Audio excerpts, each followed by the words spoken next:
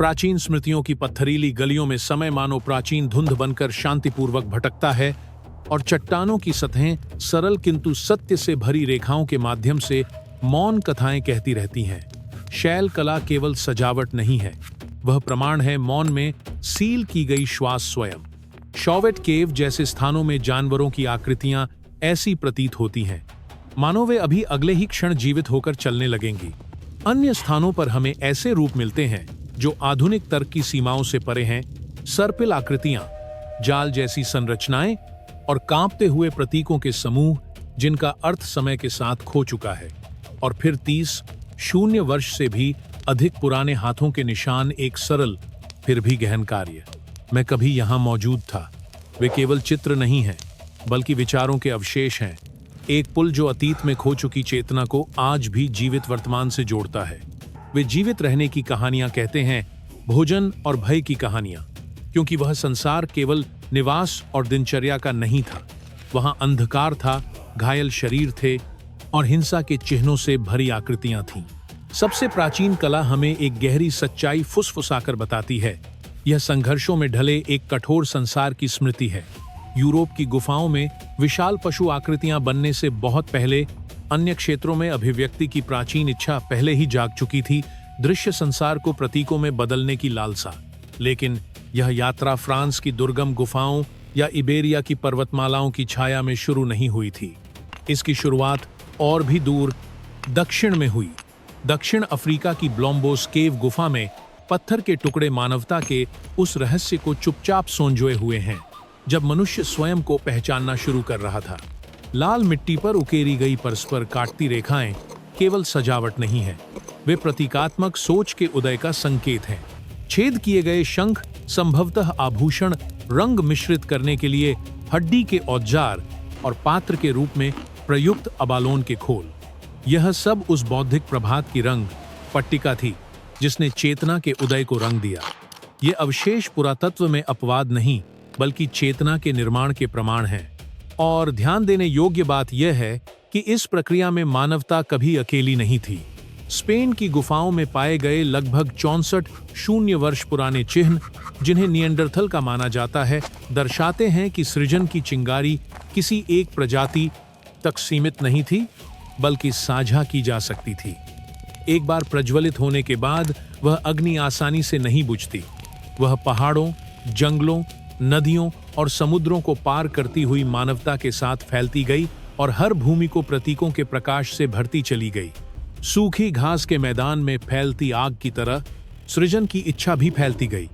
Indonesia के Sulawesi में लगभग 45,000 वर्ष पहले जंगली सुअरों और हाथों के निशान चूना पत्थर की दीवारों पर उकेरे गए। बोर्नियो में भी उतने ही प्राचीन बाइसन के चित्र मिले हैं। ऑस्ट्रेलिया के किम्बरली क्षेत्र में लगभग 40,000 वर्ष पुरानी शैल कला की पुष्टि हुई है। हर महाद्वीप में एक बात समान है, पशु आकृतियां केंद्र में हैं।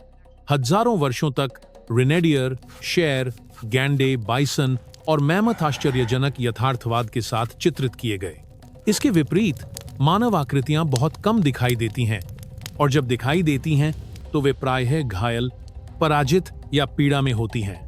कभी उदात्त आदिम मानव, नोबल सैवेज, का मिथक था प्रकृति के साथ पूर्ण सामंजस्य का आदर्श।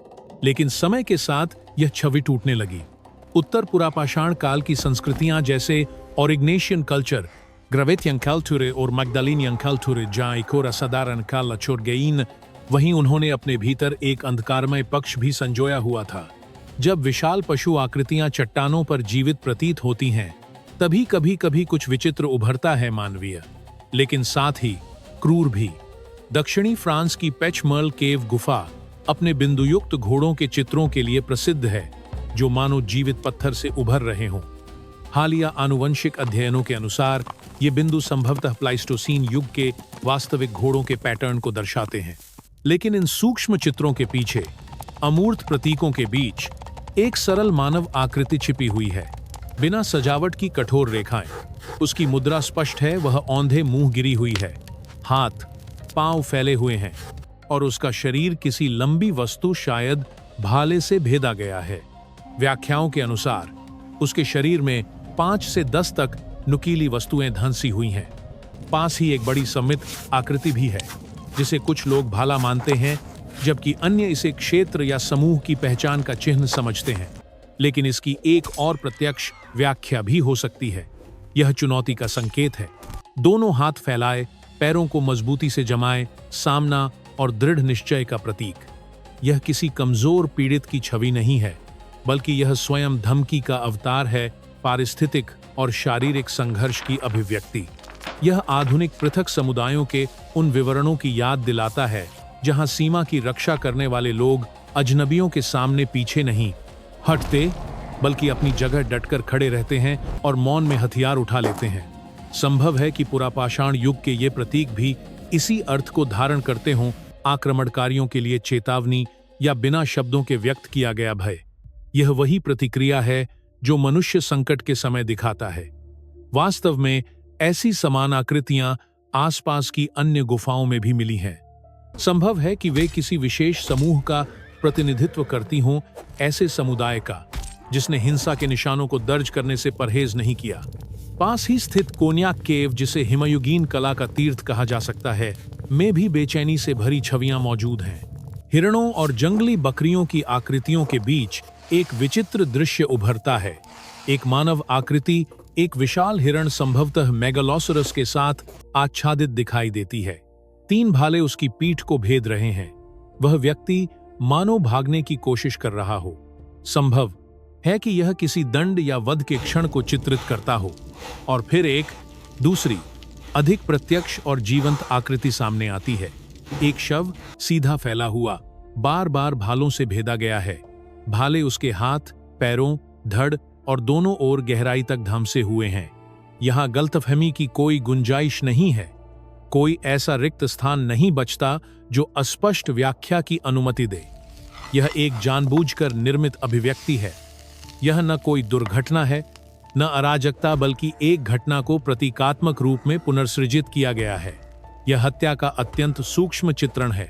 प्रश्न उठता है, पुरापाषाण युग के लोगों ने ऐसे दृश्य क्यों छोड़े? संभव है कि यह किसी वास्तविक घटना, प्रतिशोध, दंड या हत्या का दृश्य अभिलेख हो, या शायद यह समुदाय के लिए एक चेतावनी रही हो। विश्वासघाती का अंतिम भाग्य। यह नहीं भूलना चाहिए कि ये समूह छोटे अवश्य थे, लेकिन जटिल नियमों के जाल में जीते थे। निषेध, सामाजिक नियम और अनुष्ठान कठोरता से बनाए रखे जाते थे। एक अन्य स्तर पर ये आकृतियां किसी विशेष व्यक्ति का नहीं, बल्कि मौखिक स्मृति में जीवित किसी आदिरूप, आर्केटाइप का प्रतिनिधित्व भी कर सकती हैं। एक पराजित नायक, दंडित दुष्ट या किसी अदृश्य शक्ति द्वारा नियत भाग्य वाला व्यक्ति। कला में हिंसा की अभिव्यक्ति संभवतः अनुष्ठानों या शामनिक प्रथाओं से जुड़ी रही हो। ऐसे प्रतीकात्मक स्तर जिनकी प्रतिध्वनि आज हमें केवल धुंधली रूप में सुनाई देती है। चाहे कोई भी व्याख्या चुनी जाए, एक बात स्पष्ट है, ये आकृतियां संयोग से नहीं बनी। इनमें तीव्र भावनाएं और गहरी कथाएं निहित हैं। लंबे समय तक पुरापाषाण युग की छवियां 2 अतियों के बीच डोलती रहीं। या तो वह पूर्ण सामंजस्य का आदर्श युग था, या फिर एक क्रूर और आदिम संसार। लेकिन पुरातत्व और मानव विज्ञान के शोध अब कहीं अधिक जटिल चित्र प्रस्तुत करते हैं। लगभग 37 वर्ष पहले पूरे यूरोप में होमो सैपियंस की कुल जनसंख्या संभवतः 4 लोगों से भी कम थी। यह संख्या एक आधुनिक विद्यालय से भी छोटी है। फिर भी वे पूरे विशाल महाद्वीप में फैले हुए थे। जनसंख्या घनत्व लगभग 100 वर्ग किलोमीटर पर केवल 3 व्यक्तियों का था। तुलना के लिए, आज दुनिया के सबसे कम जनसंख्या घनत्व वाले देशों में से एक मंगोलिया में भी उसी क्षेत्रफल पर लगभग 200 लोग रहते हैं। उस समय अधिकांश लोग 15 से 30 व्यक्तियों के छोटे घुमंतू समूहों में रहते थे, जिनमें बच्चों का अनुपात अत्यधिक था। ऐसे वातावरण में घनिष्ठ सहयोग जीवित रहने के लिए अनिवार्य था। इसी कारण बड़े पैमाने के संघर्ष संभवतः दुर्लभ रहे होंगे, लेकिन व्यक्तिगत स्तर के विवाद निश्चित रूप से मौजूद थे। छोटे समुदायों में भी ईर्ष्या, विश्वासघात, चोरी और अपमान जैसी भावनाएं जमा हो सकती हैं, और जब वे सीमा पार कर जाती हैं तो घातक हिंसा में विस्फोटित होती हैं। इन व्यवहारों को गहराई से समझने के लिए मानव विज्ञानियों ने आधुनिक शिकारी संग्रहकर्ता समाजों का अध्ययन किया है। एक प्रभावशाली शोध में दुनिया भर के 21 घुमंतू समाजों में हिंसा के पैटर्न का विश्लेषण किया गया। परिणामों ने एक महत्वपूर्ण संरचना उजागर की। लगभग 55% हत्याएं व्यक्तिगत संघर्षों से उत्पन्न होती थीं और अधिकांश मामलों में तीव्र भावनाओं द्वारा प्रेरित होती थीं। लगभग 36% घटनाएं उसी समूह के भीतर घटित होती थीं, ऐसे लोगों के बीच जो निकट संबंध साझा करते थे। विभिन्न समूहों के बीच संघर्ष केवल लगभग 15% थे और उनमें भी क्षेत्रीय विवाद शायद ही कभी मुख्य कारण होते थे। इसके विपरीत प्रमुख कारण थे मानहानि, व्यक्तिगत संबंधों में तनाव, सामाजिक प्रतिष्ठा या अपमान। एक और लगातार दिखाई देने वाली विशेषता यह थी कि आकस्मिक घटनाएं अत्यंत दुर्लभ थीं। अधिकांश हिंसक घटनाएं योजनाबद्ध होती थीं, याद रखी जाती थीं और पीढ़ियों तक सुनाई जाती थीं। ध्यान देने योग्य बात यह भी है कि आज जिन समुदायों का अध्ययन किया जाता है, उनकी जनसंख्या घनत्व पुरापाषाण युगीन यूरोप की तुलना में कहीं अधिक है। यह संसाधनों की प्रतिस्पर्धा को बढ़ाता है और उसके साथ संघर्ष की संभावना भी। फिर भी उस संसार की हिंसा आज भी अत्यंत व्यक्तिगत प्रतीत होती है, गुप्त, आंतरिक और कई स्तरों के अर्थों से भरी हुई। यह एक महत्वपूर्ण समझ की ओर संकेत करती है। जब प्रागैतिहासिक काल में हिंसा घटित होती थी तो उसकी प्रतिध्वनि कभी हल्की नहीं होती थी। कभी कभी उसे पत्थरों पर उकेरा जाता था ताकि उसे भुलाया न जा सके। मानव और मानव के बीच संघर्ष को चित्रित करने के बाद पुरापाषाण युग के कलाकार अपनी दृष्टि एक और टकराव की ओर मोड़ते हैं, जहां मनुष्य अब प्रभुत्वशाली नहीं रहता बल्कि प्रकृति के सामने एक असुरक्षित अस्तित्व बन जाता है। कुछ दृश्यों में मानव शरीर घायल दिखाई देता है, लेकिन घाव किसी साथी मनुष्य द्वारा नहीं बल्कि हाथी के दांतों, खुरों या किसी जंगली पशु के सींगों से दिए गए होते हैं। इन चित्रों में शिकारी और शिकार की भूमिकाएं उलट जाती हैं। हिमयुगीन संसार के प्रति एक और दृष्टिकोण यहाँ प्रकट होता है, प्रकृति की असीम शक्ति के सामने मनुष्य की नाजुकता। लास्को केव की गहराइयों में इस युग की सबसे रहस्यमय आकृतियों में से एक मौजूद है, जिसे कुएं का दृश्य वेल सीन कहा जाता है। यह चित्र आसपास की भित्ति चित्रों से स्पष्ट रूप से अलग दिखाई देता है। केंद्र में एक बाइसन चित्रित है जिसका पेट फटा हुआ है और उसकी आंतें बाहर निकलती हुई दिखाई देती हैं। उसका चित्रण लगभग शारीरिक रचना विज्ञान जैसी सूक्ष्मता रखता है। उसके सामने एक मानव आकृति है जिसके हाथ पांव फैले हुए हैं। उसका सिर पक्षी जैसा है, मानो वह किसी मुखौटे या रूपांतरण का प्रतीक हो। उसके पास पक्षी शीर्ष वाला एक डंडा भूमि में गढ़ा हुआ है। यह तत्व, जो पूरे लास्को में अद्वितीय है, इस दृश्य को स्पष्ट रूप से कथात्मक बनाता है। कुछ लोग इसे किसी शामन की तंद्रा या आध्यात्मिक अवस्था के रूप में देखते हैं, जबकि अन्य इसे असफल शिकार का दृश्य मानते हैं। पक्षी संभवतः भाला फेंकने वाले का प्रतीक हो सकता है और बाइसन का घाव पूरी तरह घातक नहीं लगता। संभव है कि घायल पशु ने पलटकर हमला किया हो और शिकारी की मृत्यु हो गई हो। यह दृश्य अनेक व्याख्याओं की अनुमति देता है और कोई अंतिम निष्कर्ष मौजूद नहीं है। अन्य स्थानों पर चट्टानों पर उकेरी गई एक आकृति मानव को भागते हुए दर्शाती है। एक पशु, संभवतः बाइसन या जंगली बकरी, अपना शरीर झुकाकर आक्रमण करने को तैयार है। पुरुष दोनों हाथ ऊपर उठाए हुए है और उसका पूरा शरीर तनाव से भरा हुआ है। यह शायद टकराव से ठीक पहले का क्षण हो सकता है या फिर किसी संकीर्ण बचाव के तुरंत बाद का। कुछ लोग इसे अनुष्ठानिक प्रतीक के रूप में देखते हैं, जबकि अन्य इसे वास्तविक संकट की स्मृति मानते हैं। और एक अधिक सौम्य व्याख्या भी संभव है। उसकी झुकी हुई मुद्रा और असहज हाव भाव में कहीं न कहीं नियंत्रित हास्य की झलक दिखाई देती है, मानो उस समय के लोग भी भय के बीच हल्की मुस्कान खोज लेते थे। मार्सोलास केव में एक विचित्र संकर आकृति दिखाई देती है। चट्टान पर उकेरी गई यह छवि बाइसन के शरीर और मानव के ऊपरी धड़ को मिलाकर बनी है। उसका चेहरा अस्पष्ट है, उसे मुखौटे के रूप में भी देखा जा सकता है या किसी मध्यवर्ती अस्तित्व के रूप में भी। उसके शरीर पर खिंची रेखाएं घावों का संकेत देती हैं और उसकी मुड़ी हुई मुद्रा पीड़ा को व्यक्त करती है। संभव है कि यह किसी रूपांतरण से गुजरते शामन का चित्र हो या फिर मानव और शिकार के मिलन का प्रतीक। लंबे समय तक ऐसी आकृतियों को वेश बदलने वाले शामनों के रूप में समझा गया, लेकिन जब इन्हें अन्य हिंसक दृश्यों के साथ देखा जाता है तो एक और संभावना उभरती है। शायद वे घायल अस्तित्वों का प्रतिनिधित्व करती हों। यदि प्राचीन यूरोप के शामन पशुओं की खाल पहनते थे, तो उत्तर अमेरिकी मूल निवासियों की उन परंपराओं से समानता जिनमें लोग बाइसन का वेश धारण करते थे, भले प्रत्यक्ष रूप से जुड़ी न हो, फिर भी अत्यंत संकेतपूर्ण है। ऐसी समानताएं दर्शाती हैं कि सांस्कृतिक अंतर्ज्ञान हजारों वर्षों की दूरी के बावजूद स्वतंत्र रूप से उत्पन्न हो सकते हैं। लास्को, रोक, दे, सेर और मार्सुलास के दृश्य पेचमर्ल केव या कोन्याक केव की तरह प्रत्यक्ष हिंसा को चित्रित नहीं करते। वे प्रतीकात्मक क्षेत्र से संबंधित हैं, स्मृति और मिथक की सीमा पर स्थित।